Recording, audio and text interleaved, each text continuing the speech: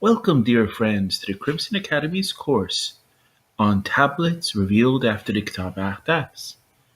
Dear friends, our first tablet that we'll be exploring is the tablet Tajallíyát. The tablet of Tajalliyat was revealed after the Kitáb-i-Aqdas, around the year AH 1303, in the years 1885 through 1886. In honor of Ustad Akbar Bana, meaning builder architect. He was a native of Yazd, a believer of staunch faith and devotion, and one who at the end laid down his life in the path of his Lord. He was a building contractor of wide repute, well respected in government circles, and he was often engaged in construction work for the governor of Yazd and other high-ranking officials. When Ustad Akbar embraced the cause, he became filled with the spirit of faith. His soul was illumined by his intense love for Bahá'u'lláh, and he became a shining light among the members of the Bahá'í community of Yazd. His dedication to the cause and enthusiasm for teaching it aroused the passions of the fanatical clergy who wrote his death warrant. This was the year AH 1295, in the year 1878, when Nabila Akbar had gone on a visit to Yazd. The governor, who was on friendly terms with Ustad Akbar, advised both men to leave the city immediately for their safety. They went to Isfahan, stayed a few days in the home of the king of the martyrs and beloved of the martyrs, and then Ustad went to Tehran, while Nabila Akbar remained in Isfahan. Ustad Akbar was so dedicated to the cause that he could never withhold himself from teaching the faith. Although he was a stranger in Tehran, he succeeded in teaching some individuals who were enabled to embrace the cause. He stayed 9 months in the capital before returning to his native city of Yazd. On his return, the enemies of the faith began agitating the authorities in the hope of taking his life. The clergy again issued his death warrant and handed it to the governor for execution. But his qualities of service and loving kindness had endeared him to the authorities and high-ranking officials, who extended their protection to him. However, his life was still in danger, for having failed to put him to death officially, his enemies plotted assiduously to assassinate him. For several years he was the target of many an intrigue, but the Almighty protected him for greater tasks ahead. During this time he succeeded in guiding many souls to the cause of God. It must be remembered that during the heroic age of the faith, all the believers lived and labored under very dangerous conditions. The male members of the Bahá'í community were in greater danger than the female, because in those days women lived a secluded life and did not, as a general rule, appear in public. Any man who was a Bahá'í could not be sure when he left his home in the morning that he would be alive to return home in the evening. This was especially true if the individual was an educated person and an active teacher of the cause. Ustad Akbar certainly was one of these.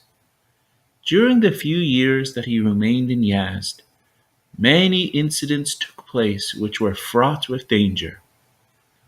Eventually, after consultation with the Afghans, it was decided that Ustad Akbar should go to Ashgabat.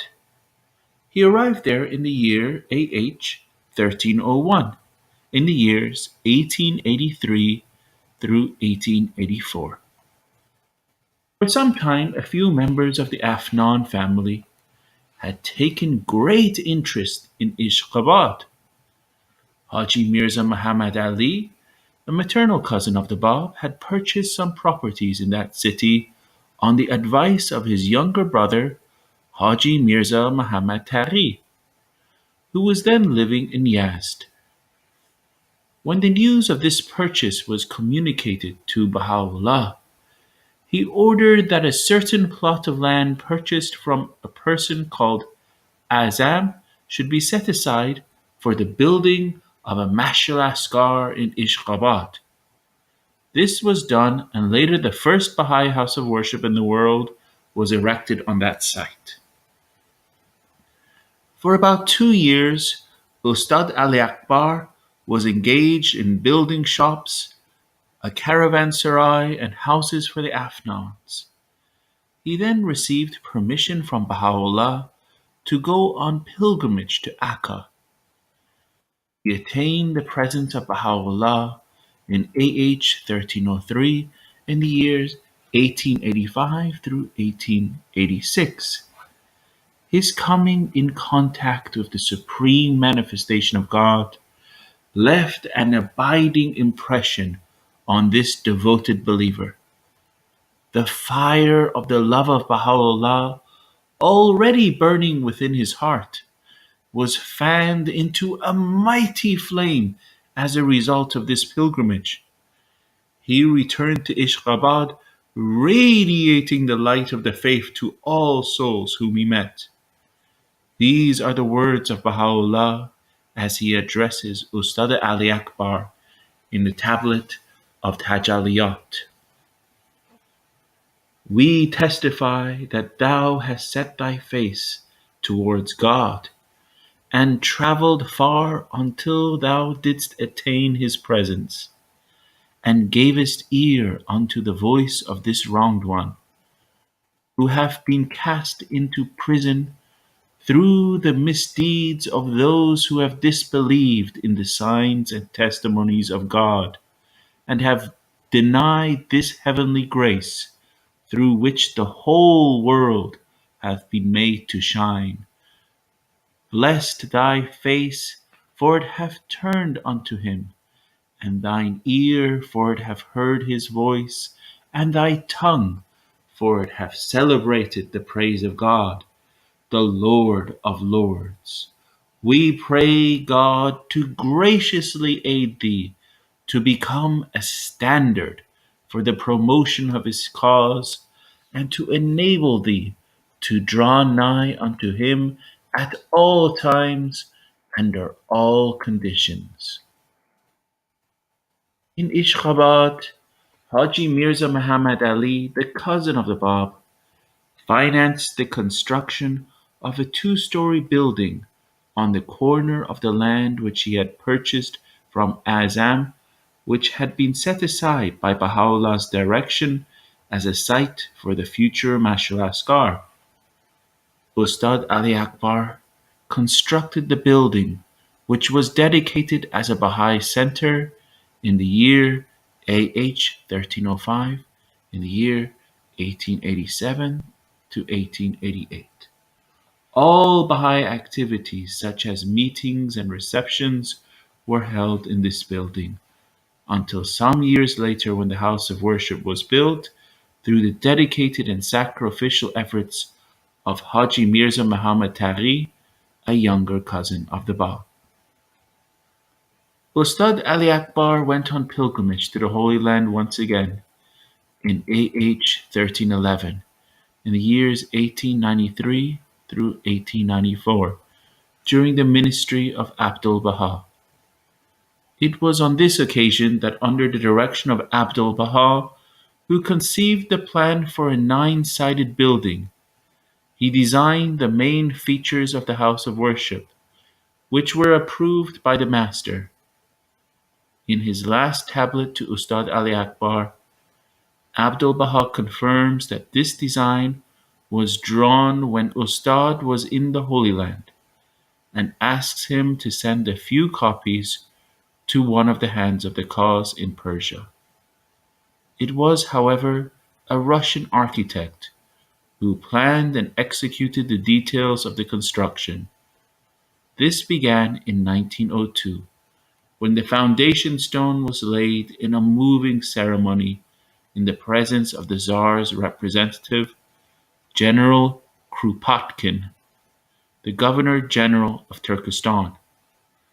Of the significance of this house of worship and its historic importance, Shoghi Effendi, the guardian of the faith, writes, "More conspicuous than any of these undertakings, however, was the erection of the first Mashriqu'l-Adhkár of the Bahá'í world in the city of Ashgabat, a center founded in the days of Bahá'u'lláh, where the initial steps preparatory to its construction had been already undertaken during his lifetime. Initiated at about the close of the first decade of Abdu'l-Bahá's ministry, 1902, fostered by him at every stage in its development, personally supervised by the Venerable Haji Mirza Muhammad Taghi, the Wakil-ud-Dawla, a cousin of the Bab, who dedicated his entire resources to its establishment, and whose dust now reposes at the foot of Mount Carmel under the shadow of the tomb of his beloved kinsman, carried out according to the directions laid down by the Center of the Covenant himself, a lasting witness to the fervor and the self-sacrifice of the Oriental believers, who were resolved to execute the bidding of Baha'u'lláh as revealed in the Kitáb-i-Aqdas. This enterprise must rank not only as the first major undertaking launched through the concerted efforts of his followers in the heroic age of his faith, but as one of the most brilliant and enduring achievements in the history of the first Baha'i century. Ustad Ali Akbar took a leading role in the building of the house of worship, but God had other plans for him. Barely 6 months had passed from the laying of the foundation stone when he received a tablet from Abdu'l-Bahá, urging him to go on a visit to Yazd in the spring. He advised him not to hesitate or delay his departure. Ustad Ali Akbar immediately arranged his affairs, and in the spring of 1903, after 20 years of absence, he arrived in his native city. His arrival coincided with a period of unusual activity by the Baha'is of Yazd. Some well-known teachers of the cause were coming and going, and the Baha'is were very active in teaching the faith. The arrival of Ustad Ali Akbar in particular created a stir among the non-Baha'is, who circulated rumors that he was about to build a Baha'i house of worship in Yazd. The people who lived in his neighborhood were particularly angry because over the years he had succeeded in converting many souls to the faith in that area.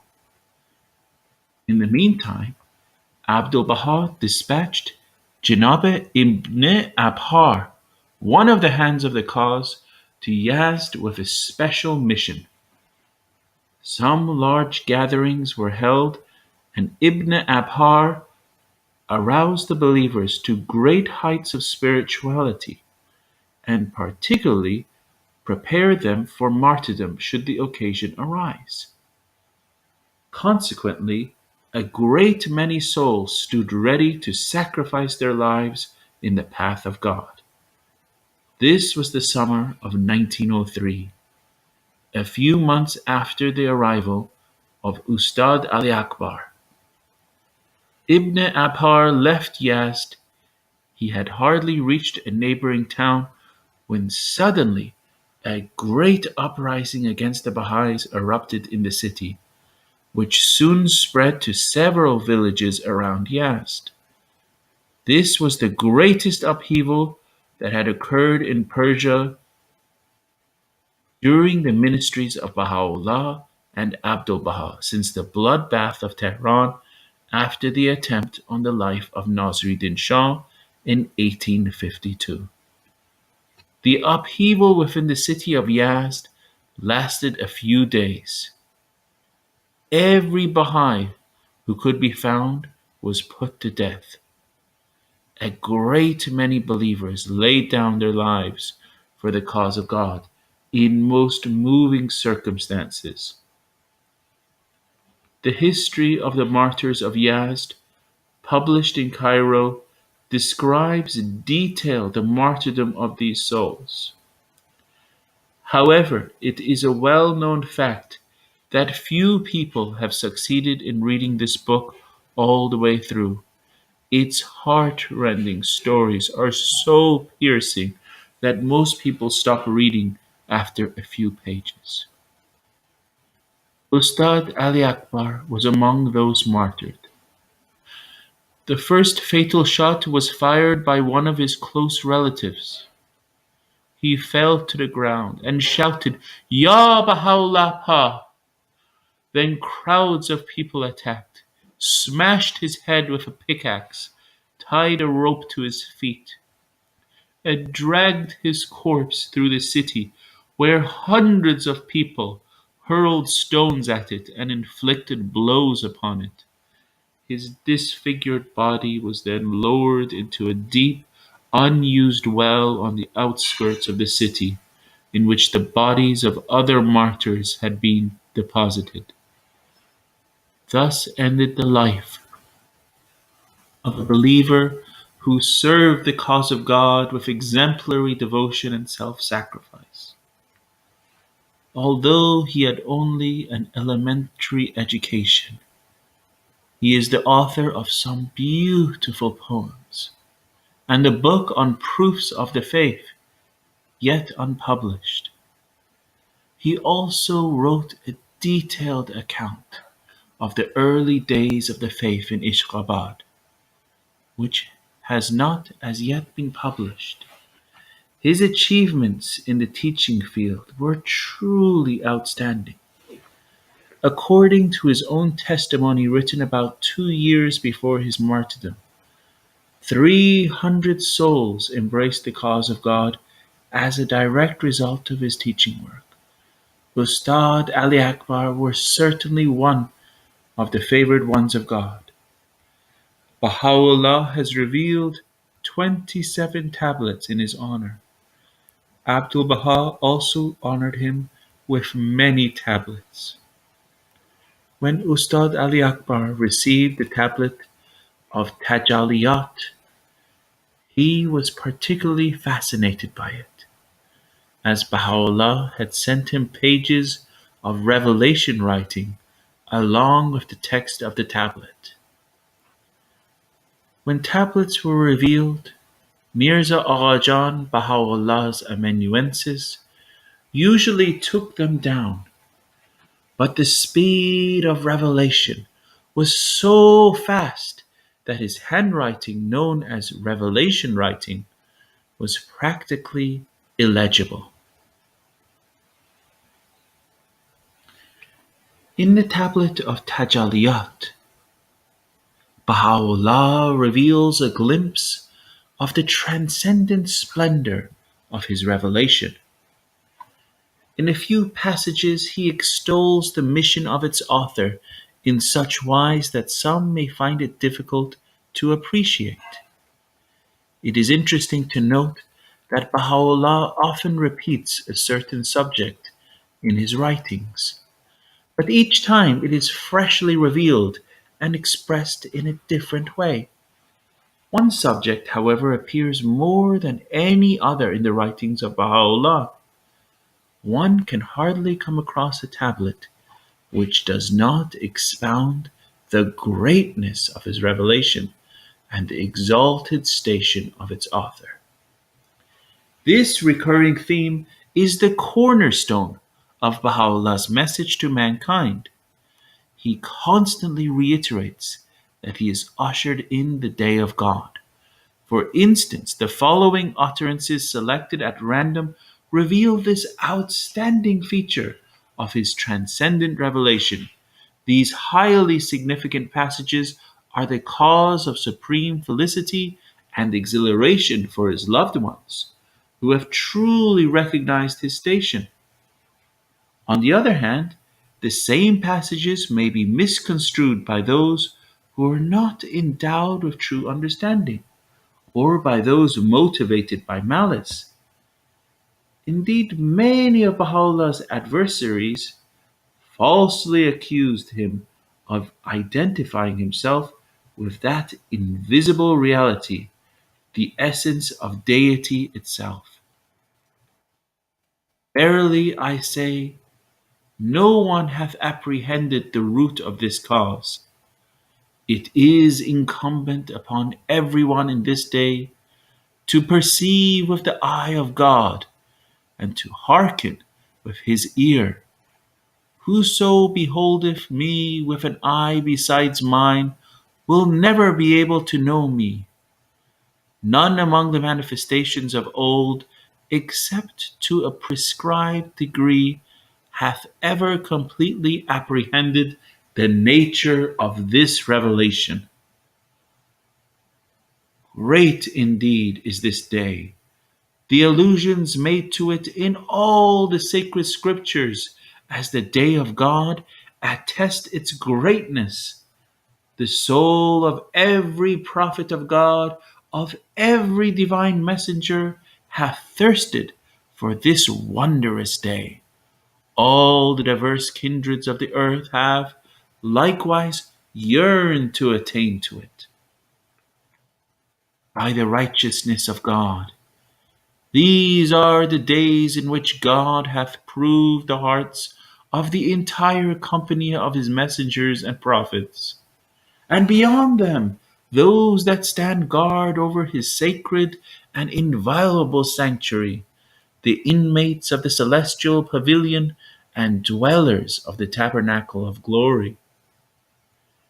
This is the day whereon human ears have been privileged to hear what he who conversed with God, Moses, heard upon Sinai, what he who was the friend of God, Muhammad, heard when lifted up towards him, what he who is the Spirit of God, Jesus, heard as he ascended unto him, the help in peril, the self-subsisting.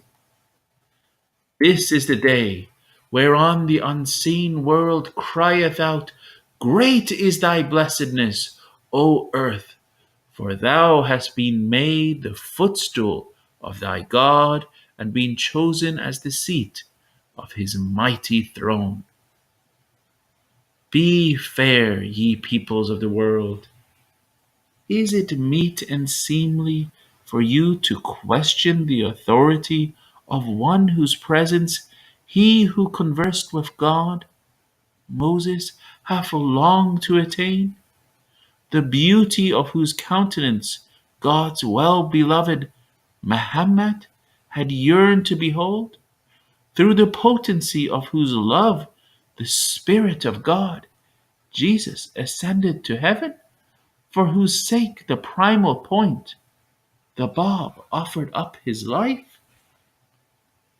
He it is who in the Old Testament hath been named Jehovah, who in the Gospel hath been designated as the Spirit of truth, and in the Quran acclaimed as the great announcement. But for him no divine messenger would have been invested with the robe of prophethood, nor would any of the sacred scriptures have been revealed. To this bear witness all created things. In the tablet of Tajalliyat, Baha'u'lláh acknowledges that the mere mention of his station may cause people to become perturbed and filled with consternation. He intimates to the recipient of that tablet that he would not have disclosed the exalted nature of his station had it not been for the Bab, who had repeatedly announced it in his writings. These are the words of Baha'u'lláh in the tablet of Tajalliyat. By the righteousness of God, but for the anthem of praise voiced by him who heralded the divine revelation, this wronged one would never have breathed a word which might have struck terror into the hearts of the ignorant and caused them to perish, dwelling on the glorification of him whom God shall make manifest. Exalted be his manifestation. The Bab in the beginning of the Bayan saith, He is the one who shall proclaim under all conditions, Verily, verily, I am God. No God is there but me, the Lord of all created things. In truth, all others except me are my creatures. O my creatures, me alone do ye worship. Likewise, in another instance, he, magnifying the name of him who shall be made manifest, saith, I would be the first to adore him.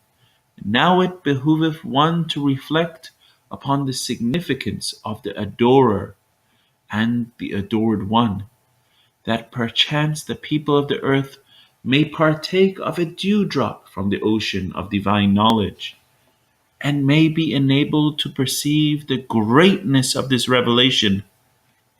Verily, he hath appeared, and hath unloosed his tongue to proclaim the truth. Well is it with him who doth acknowledge and recognize the truth, and woe betide the froward and the wayward. It is obvious that the great majority of the people at this time in history will not be able to accept Baha'u'llah's claims to such an exalted position. Dear friends, in the above passage, he confirms that such a claim would strike terror into the hearts of the ignorant. Even some of his followers, whose hearts have been touched by his love, but who have not had the opportunity to deepen themselves in the verities of his faith and discover the inner significances of his revelation, may find themselves severely tested when they come across Baha'u'llah's utterances, revealing some of the awe-inspiring features of his transcendent revelation. They may be equally tested by the statement of the Bab himself, a manifestation of God, saying that he would be the first to adore Baha'u'lláh. The mind is bewildered when it attempts to contemplate the station of the adorer, the Bab, a manifestation of God, the primal point, the king of messengers, one round whom the realities of the prophets and messengers revolve. The adored one is Baha'u'lláh, and it was noted in this above passage that the Bab describes him as the one who shall proclaim under all conditions, Verily, verily, I am God. No God is there but me, the Lord of all created things. In truth, all others except me are my creatures. O my creatures, me alone do ye worship. The writings of the Bab are replete with passages such as this one. Baha'u'lláh himself, in one of his tablets, makes a striking statement when he testifies that the cause is so mighty that whenever his pen moves to inscribe its greatness, it trembles and swoons away. This subject, the greatness of the revelation of Baha'u'lláh, has been discussed in previous courses. In this instance, let us examine the main obstacles which may prevent the seeker of truth from appreciating the exalted nature of the revelation of Baha'u'lláh and the lofty station of its author. These obstacles to appear to be based on two misunderstandings. One is Baha'u'llah's identification with the Godhead, the other, the apparent contradiction between the belief that all the manifestations of God are one and the statement that Baha'u'llah is the supreme manifestation of God. The relationship of God to his manifestations. As to the first question, we can do no better than to turn to Shoghi Effendi's explanation. He writes, "Let no one meditating on the nature of the revelation of Baha'u'llah mistake its character or misconstrue the intent of its author.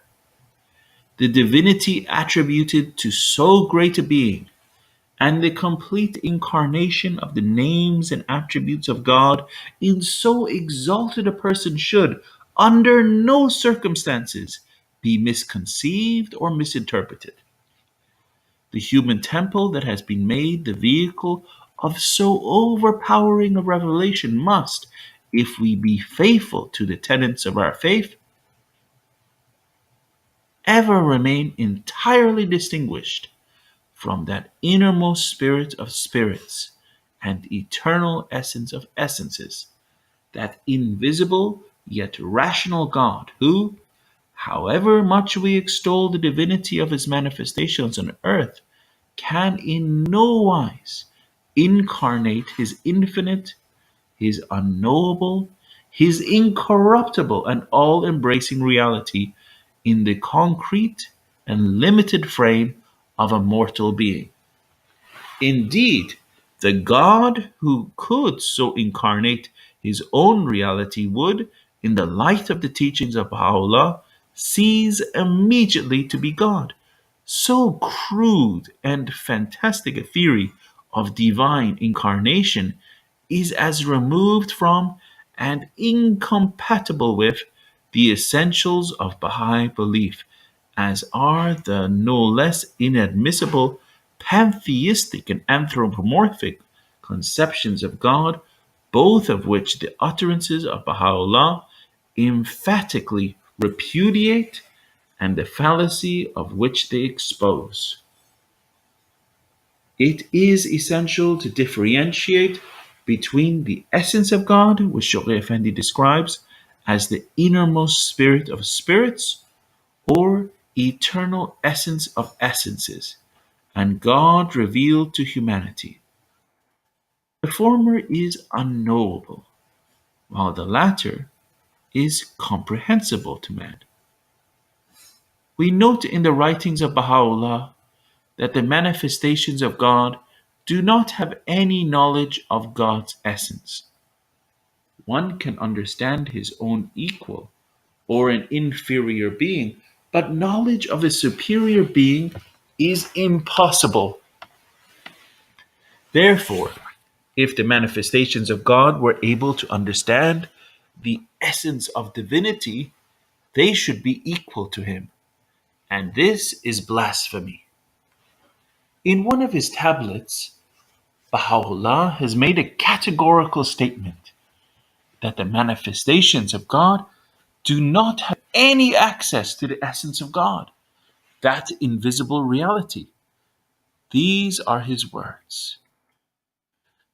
From time immemorial, he, the divine being, hath been veiled in the ineffable sanctity of his exalted self, and will everlastingly continue to be wrapped in the impenetrable mystery of his unknowable essence. 10,000 prophets, each a Moses, are thunderstruck upon the Sinai of their search at God's forbidding voice. Thou shalt never behold me, whilst a myriad messengers, each as great as Jesus, stand dismayed upon their heavenly thrones. By the interdiction mine essence thou shalt never apprehend. And this was quoted by the beloved guardian Shoghi Effendi in the dispensation of Baha'u'llah, page 113. Baha'u'lláh himself has testified in many of his tablets that he too has no knowledge or understanding of the innermost reality of God. In one instance, he thus testifies, "How bewildering to me, insignificant as I am, is the attempt to fathom the sacred depths of thy knowledge.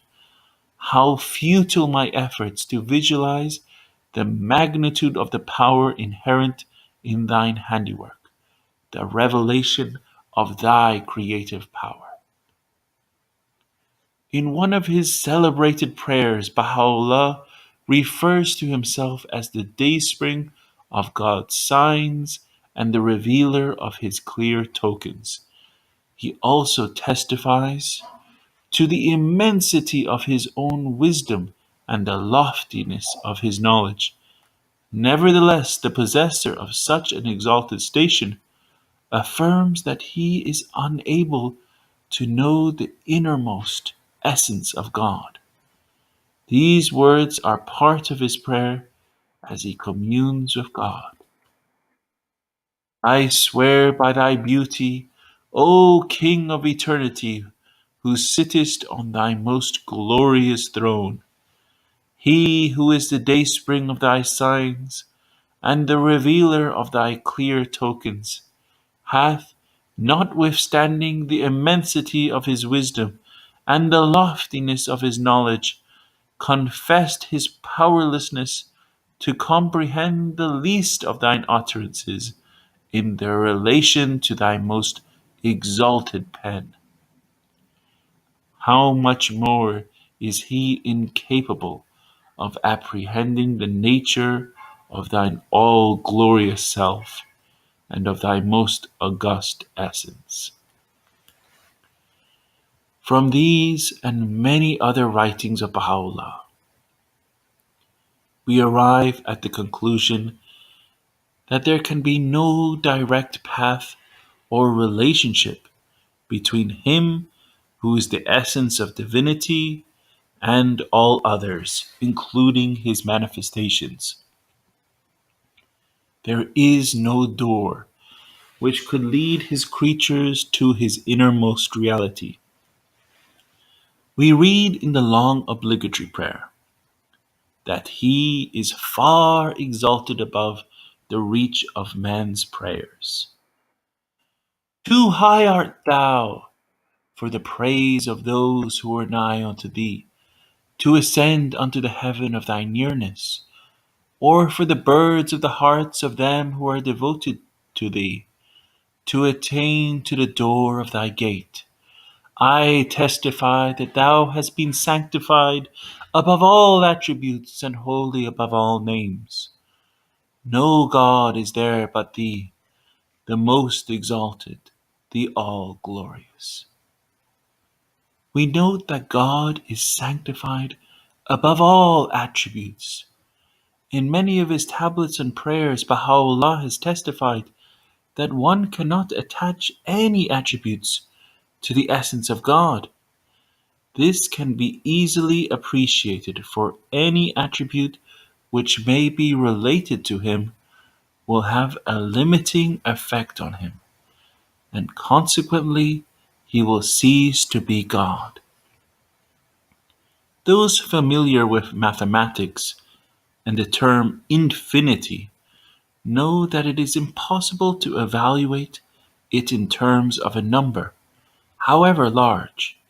It would cease immediately to be infinity if it were identified with any item other than itself.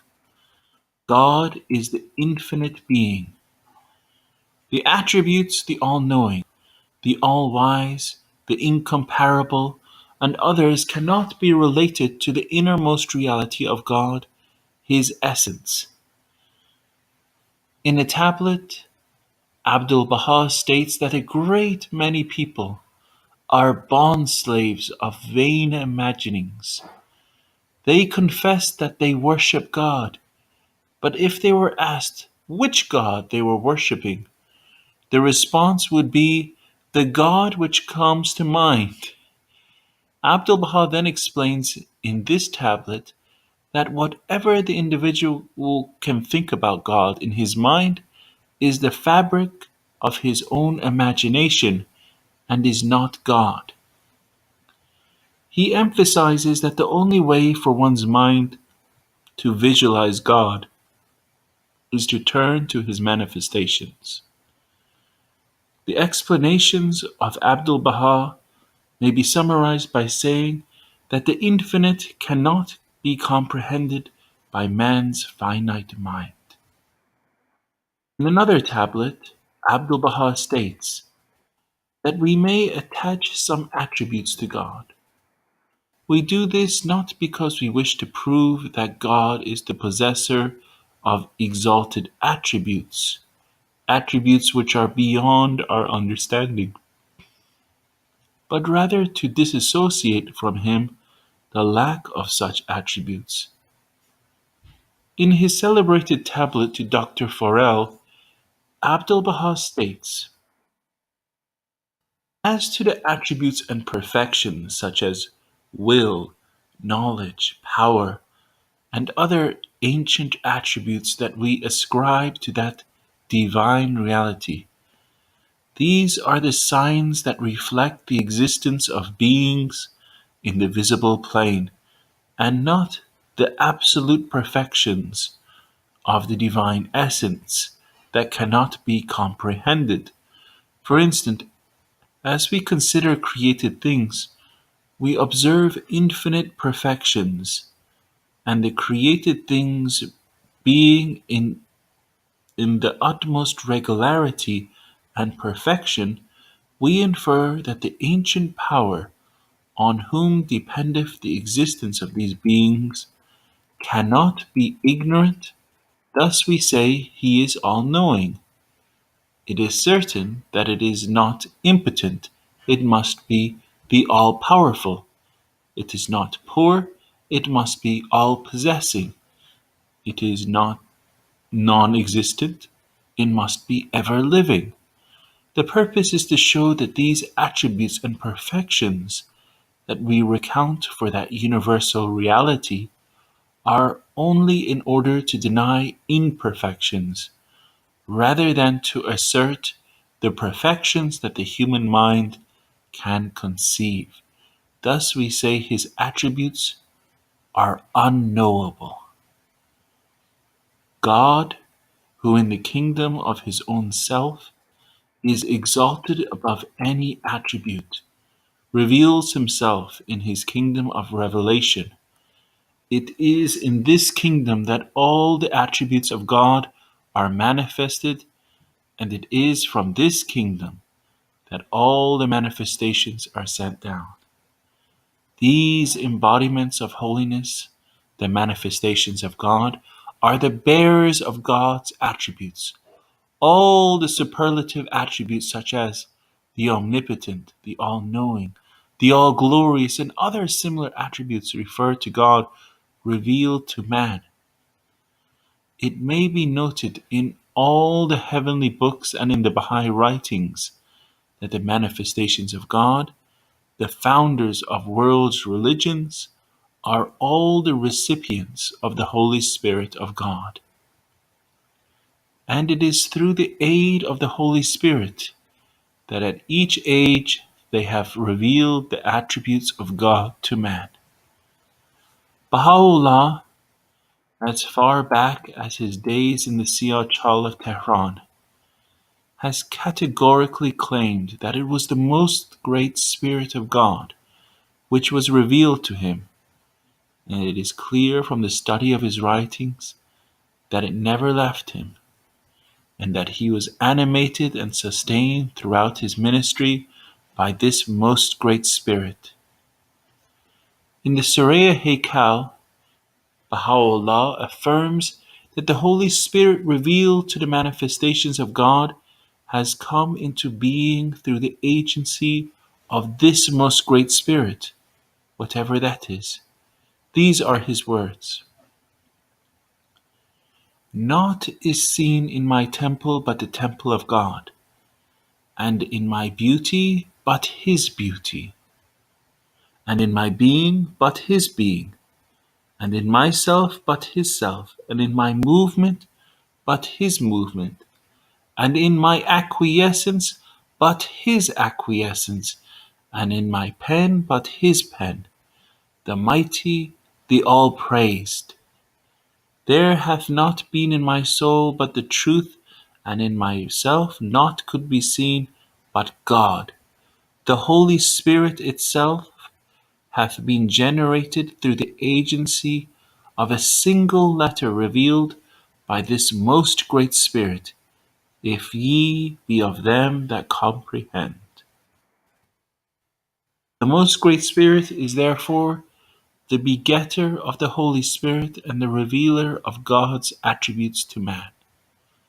Through it, all revelations have been sent down, and all created things called into being.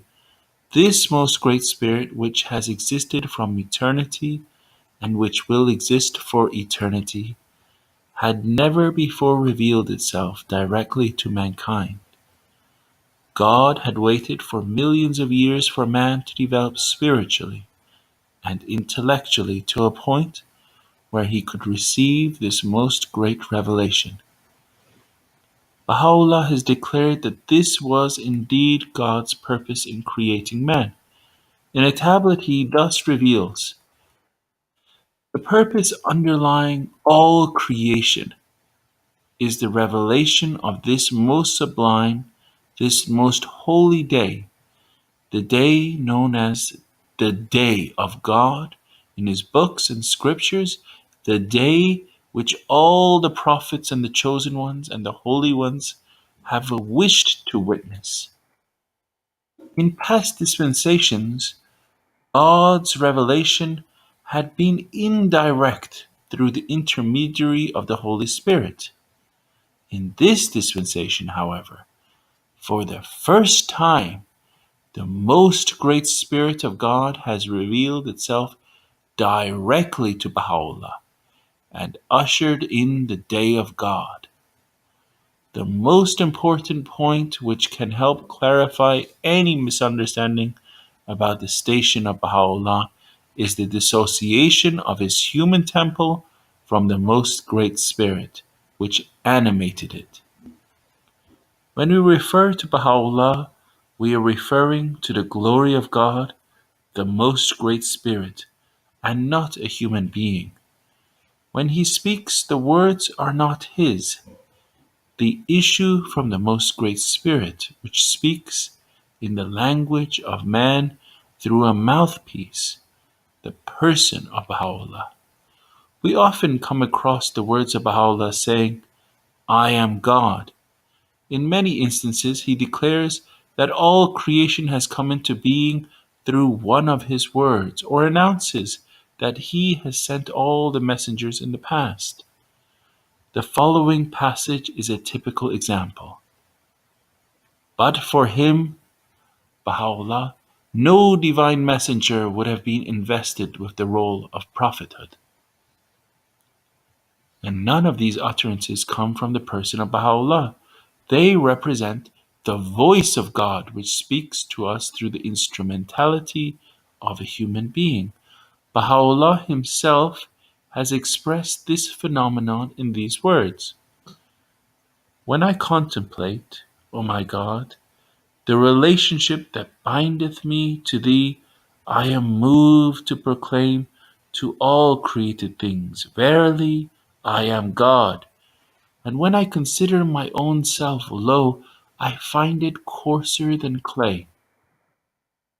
From all these explanations, one may conclude that the greatness of the revelation of Baha'u'lláh and his transcendent glory is due to the manifestation of the Most Great Spirit, which revealed itself directly to him. Never before had God sent a manifestation of his Most Great Spirit to mankind, his supreme manifestation, or the universal manifestation, who appeared in his greatest name, Baha. Shaykh Effendi, the guardian of the faith, has given the following explanation through his secretary. By greatest name is meant that Baha'u'lláh has appeared in God's greatest name. In other words, that he is the supreme manifestation of God. There are no prophets so far in the same category as Baha'u'lláh, as he culminates a great cycle begun with Adam. Although one must distinguish between the spirit which animated Baha'u'lláh and his own person, and be on one's guard not to attribute the glory of his revelation to his human frame, it is nevertheless clear that the person of the manifestation cannot be dismissed altogether.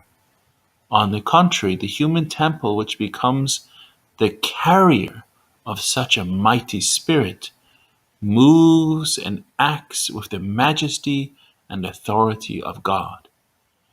The overwhelming and all-pervasive power of God is so infused into every atom of his being that in every action he portrays the signs and tokens of divine power. Those endowed with spiritual insight can see in every move of the manifestation of God the attributes of God unmistakably apparent. His thoughts, his words, his actions are all motivated not by a human soul, but by the divine spirit. Haji Mirza Haydar Ali has described his own observations of Baha'u'lláh in these words. His blessed person appeared in the form of a human being, but his very movement, his manners, his way of sitting or standing, eating or drinking, even his sleep or wakefulness, were each a miracle to me, because his perfections, his exalted character, his beauty, his glory, his most excellent titles and most august attributes reveal to me that he was peerless and without parallel. He was matchless, with no one to join partners with him, unique, with no peer or equal, the one and single without a deputy. I saw a person who, from the human point of view, was like the rest of humanity. However, if one were to add the love, mercy, and compassion of all the peoples of the world together, they would appear as a drop when compared with the ocean of his tender mercy and loving kindness. I even seek God's forgiveness for making such a comparison. Similarly, if one brought together all the knowledge of science, crafts, philosophy, politics, natural history, and divinity possessed by mankind, it would seem in comparison with his knowledge and understanding as an atom compared to the sun. If one weighed the might and power of kings, rulers, prophets, and messengers against his omnipotence and sovereignty, his grandeur and glory, his majesty and dominion, they would be as insignificant as a touch of moisture compared with the waters of the sea. As I observed every one of these attributes, I discovered my inability to emulate him and realized that all the peoples of the world will never be able to attain to his perfections. The other cause of misunderstanding about the station of Baha'u'lláh is the apparent contradiction between his being the supreme manifestation and the principle of the equality and oneness of all the manifestations. To appreciate this point, the reader would be well advised to study the Kitáb-i-Aqdas, in which the Baha'u'lláh explains that the difference between the manifestations lies in the intensity of the revelations. In the tablet of Tajallíyát, Baha'u'lláh reveals the following: God testifieth that there is none other God but Him, and that He who hath appeared is the hidden mystery, the treasured symbol, the most great book for all peoples, and the heaven of bounty for the whole world. He is the most mighty sign amongst men, and the dayspring of the most august attributes in the realm of creation. Through him hath appeared that which had been hidden from time immemorial, and been veiled from the eyes of men. He is the one whose manifestation was announced by the heavenly scriptures in former times and more recently. Whoso acknowledgeth belief in him and in his signs and testimonies hath in truth acknowledged that which the tongue of grandeur uttered ere the creation of earth and heaven, and the revelation of the kingdom of names.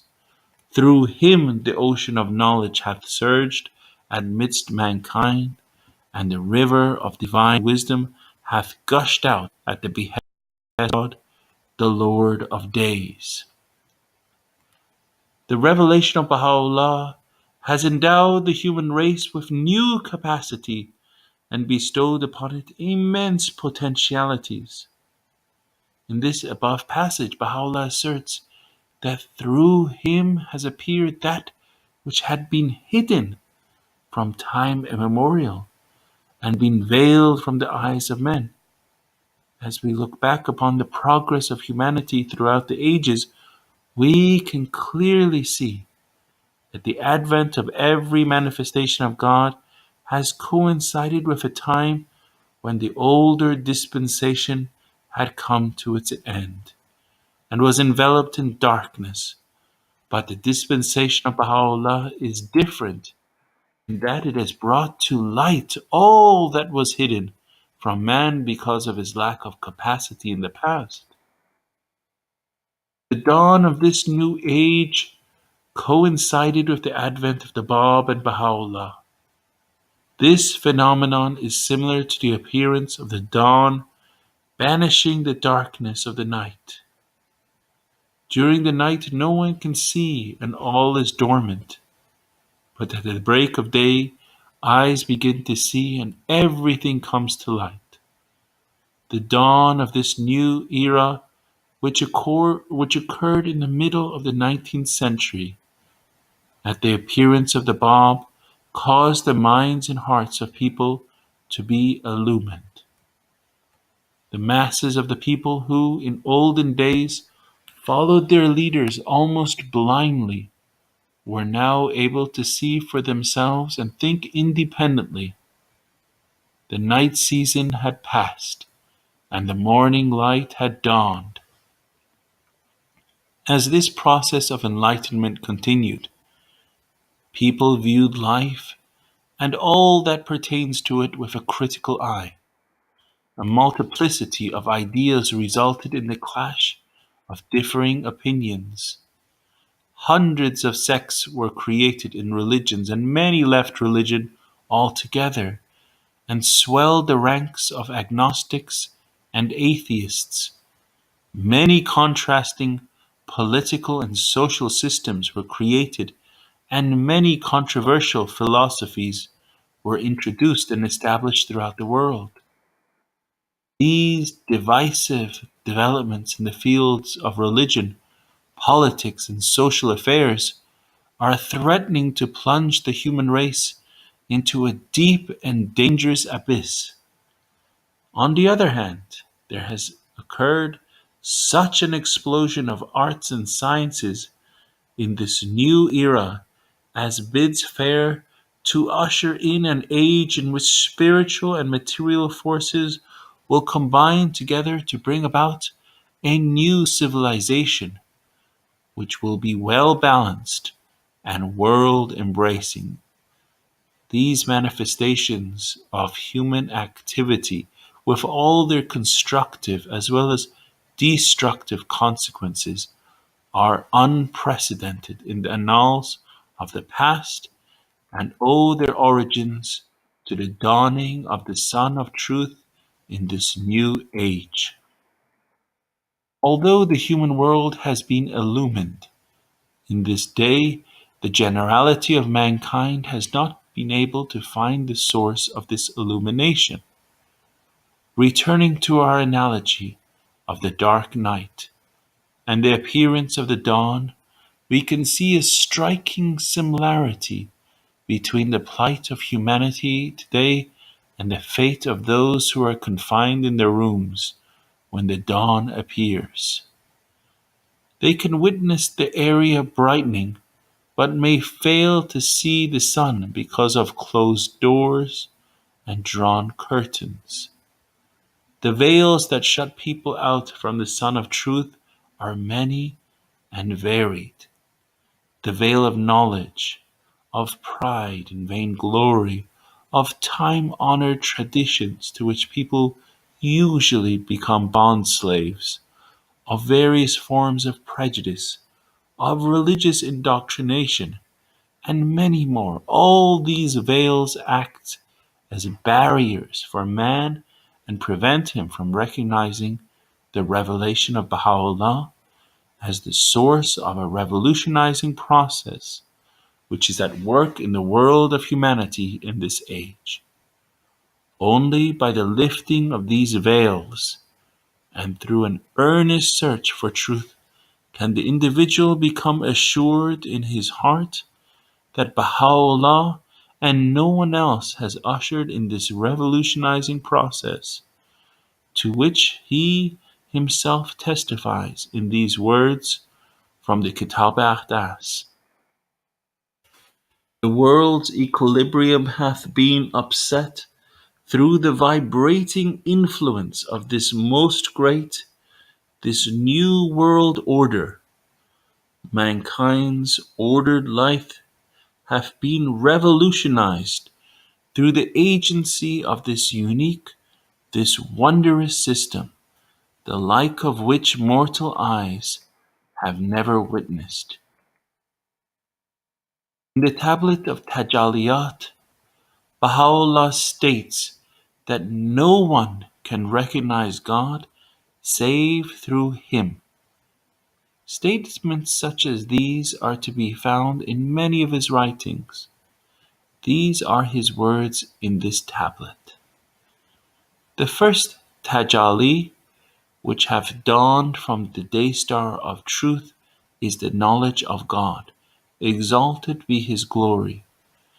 And the knowledge of the King of everlasting days can in no wise be attained save by recognizing him who is the bearer of the most great name. He is in truth the speaker on Sinai, who is now seated upon the throne of revelation. He is the hidden mystery and the treasured symbol. All the former and latter books of God are adorned with his praise and extol his glory. Through him the standard of knowledge hath been planted in the world, and the ensign of the oneness of God hath been unfurled amidst all peoples. Attainment unto the divine presence can be realized solely by attaining his presence. Through his potency, everything that hath from time immemorial been veiled and hidden is now revealed. He is made manifest through the power of truth, and hath uttered a word whereby all that are in the heavens and on the earth have been dumbfounded, except those whom the Almighty was pleased to exempt. True belief in God and recognition of Him cannot be complete save by acceptance of that which He hath revealed, and by observance of whatsoever hath been decreed by him and set down in the book by the pen of the glory. The bearer of the most great name, the speaker on Sinai, the hidden mystery, and the treasured symbol mentioned in this above passage all refer to Baha'u'lláh. One of the basic teachings of Baha'u'lláh is that man can never know God directly. The only way open to him to know God is through knowing his manifestations. Baha'u'lláh has fully expounded this subject in the Kitáb-i-Aqdas. Similarly, attainment unto the divine presence which Baha'u'lláh testifies to be none other than attaining his own presence. It is interesting to note Baha'u'llah's statement that he uttered a word whereby all that are in the heavens and on the earth have been dumbfounded. In another tablet, he makes a similar statement and reveals that the word in question is the changing of he into I. Another subject to which Baha'u'lláh has attached great importance in his writings is that of steadfastness in the cause of God. These are his words in the tablet of Tajalliyat. The second tajalli is to remain steadfast in the cause of God. Exalted be his glory, and to be unswerving in his love. And this can in no wise be attained except through full recognition of him. And full recognition cannot be obtained save by faith in the blessed words, He doeth whatsoever he willeth.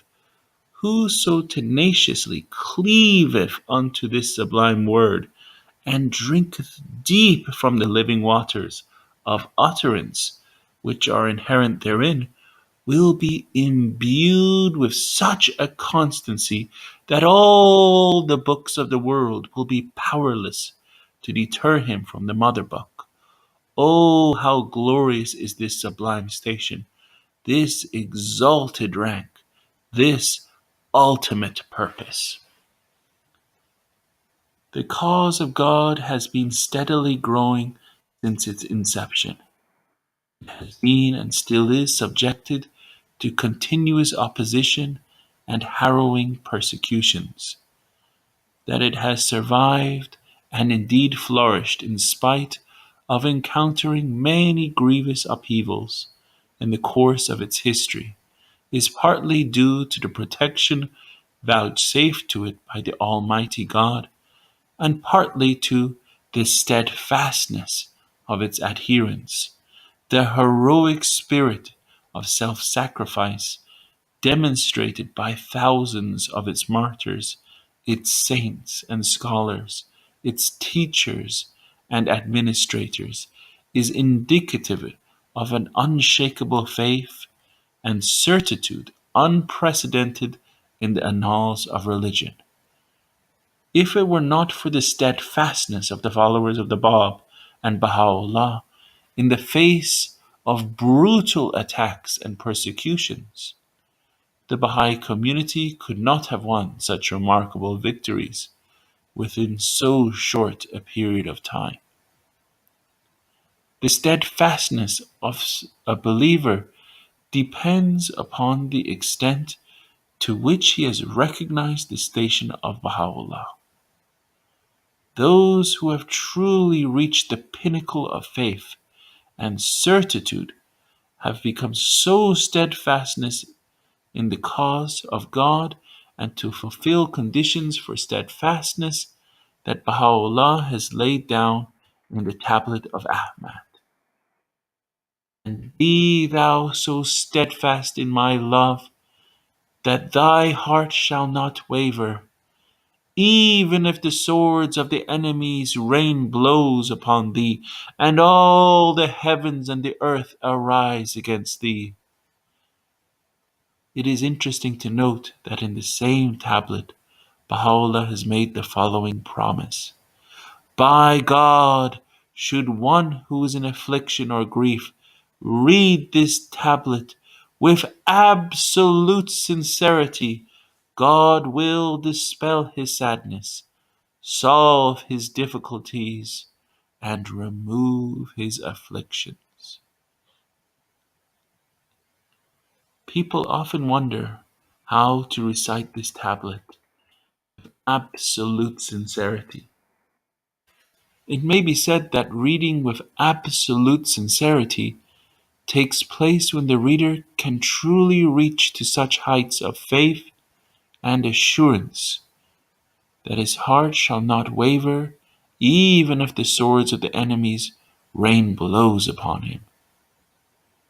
In one of his tablets, Baha'u'lláh states that a person will become steadfast in the cause when he is absolutely assured in his heart that he does not need to turn to any religion other than this most great revelation. One of the teachings of Baha'u'lláh is the unfettered search after truth. Some misunderstand this important teaching to mean that even after discovering the truth in the revelation of Baha'u'lláh and recognizing him as the manifestation of God, one ought to continue the search. Perchance one may find it elsewhere.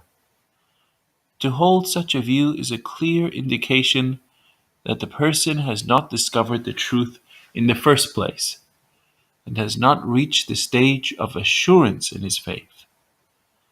On the other hand, having found the truth, one never reaches the end of his journey.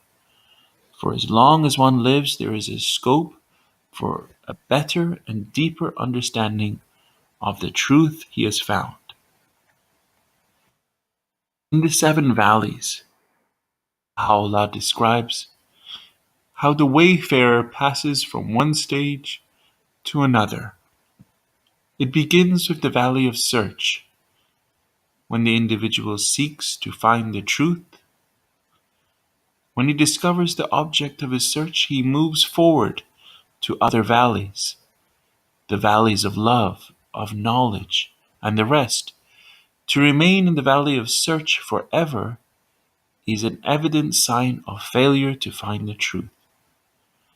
The recognition of the manifestation of God must be followed by steadfastness in his covenant, which means simply obedience to the center of the cause and carrying out his laws and teachings. When we study human nature, we notice there are two forces within man which are always at work in opposition to each other. One is the force of the animal nature which tends to drag him down into the animal kingdom.